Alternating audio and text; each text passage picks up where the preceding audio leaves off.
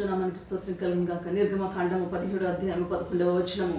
మోషే తన చెయ్యి పైకి ఎత్తినప్పుడు ఇశ్రాయేలును గెలిచి, అవును ప్రియుల వాక్యంలో చూస్తున్నప్పుడు అమాలేకుల మీద యుద్ధం ఉన్నప్పుడు మోషే తన చేతులు పైకి ఎత్తినప్పుడు ఇశ్రాయేలు ప్రజలు గెలిచారు.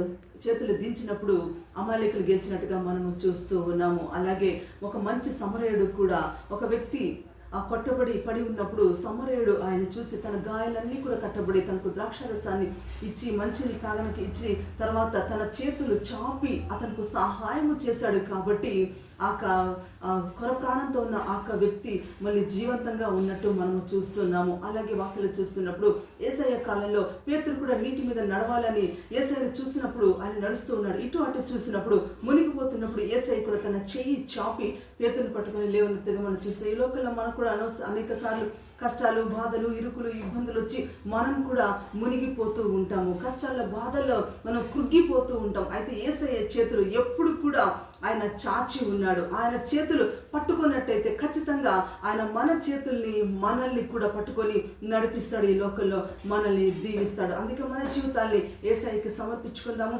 దేవుని దీవెనలు పొందుకుందాము.